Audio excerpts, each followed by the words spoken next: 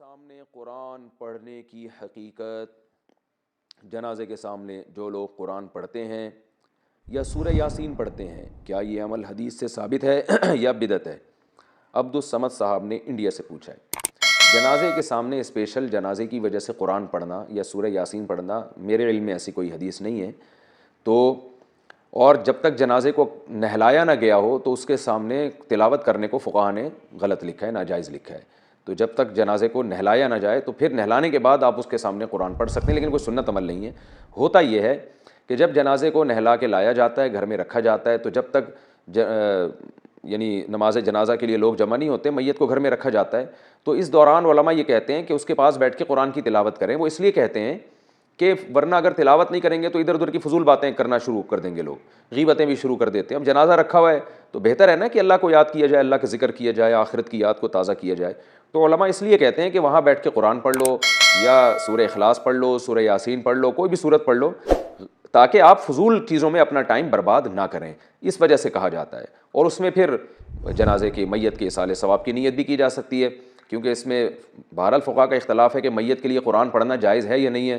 اور صدقے کے بارے میں تو ہمیں حدیث ملتی ہے کہ آپ صلی اللہ علیہ وسلم سے صحابیہ نے پوچھا اتصدق عنہا، میری ماں کا انتقال ہو گیا، میں صدقہ کروں؟ آپ نے فرمایا ہاں۔ تو جمہور علماء نے اس سے استدلال کیا کہ جب صدقہ بھی ایک نیکی ہے تو وہ نیکی پہنچائی جا سکتی ہے میت کو، تو اس میں ایک علامت بیان کی ہے کہ کوئی بھی نیک عمل پہنچایا جا سکتا ہے، تو قرآن کی تلاوت بھی نیک عمل ہے۔ بعض فقہا کہتے ہیں کہ نہیں، صدقہ تو جائز ہے کیونکہ حدیث میں صدقے کا ذکر ہے، تلاوت کا ذکر نہیں ہے، لہذا تلاوت جائز نہیں۔ تو اختلاف رائے ہے اس میں۔ بر صغیر میں چونکہ فقہ حنفی کو فالو کیا جاتا ہے، اور میری رائے میں فقہ حنفی کی دلیل بہت مضبوط ہے، کیونکہ احادیث میں آپ صلی اللہ علیہ وسلم نے ہمیشہ اصول یہ رہا ہے کہ جزئیے کے ضمن میں کلیات سکھائے جاتے ہیں۔ جیسے قرآن میں آتا ہے نا لا تقل لہما اف، ماں باپ کو اف مت کرو، تو یہ ایک مثال ہے، مطلب یہ کہ تکلیف نہ دو۔ تو اسی طرح جو حدیث میں آتا ہے صدقہ کر سکتے ہو میت کے لیے، تو ایک مثال ہے، مطلب یہ کہ کوئی بھی نیکی کی جا سکتی ہے۔ اور دوسری بات یہ کہ حنفیہ کا جو قول ہے نا، اس میں ذرا وسعت زیادہ ہے، اللہ کی رحمت کو آپ پھیلا دیتے ہیں کہ بھئی اگر میت کے لیے تلاوت بھی جائز ہونے کا ہم فتویٰ دیں گے تو اس سے اس بہانے لوگ تلاوت کریں گے، ثواب حاصل کریں گے، اور اللہ سے امید ہے کہ اللہ اس میت کو اس ثواب پہنچائے گا، تو اچھا ہے نا، اللہ کی رحمت سے اچھی امیدیں لگائیں۔ تو ویسے بھی شریعت کا مزاج ہے کہ جس چیز میں رحمت والا عنصر غالب ہو اس قول پہ آپ کو فتویٰ دینا چاہیے، یہ ہماری رائے ہے۔ اگر کوئی اس سے اختلاف کرتا ہے تو وہ اس کا اپنا مسئلہ ہے۔ تو اس لیے جنازے کے پاس قرآن پڑھنا الگ سے کوئی اس کی فضیلت ہمارے علم میں نہیں ہے حدیث میں، لیکن کہا اس لیے جاتا ہے کہ وہاں بیٹھ کے ادھر ادھر کی باتیں کرنے سے بہتر ہے کہ آپ قرآن پڑھ لیں۔ البتہ قرآن خوانی میت کے لیے یہ جائز نہیں ہے، کیونکہ قرآن خوانی کو کہتے ہیں کہ لوگوں کو قرآن پڑھنے کے لیے جمع کرنا۔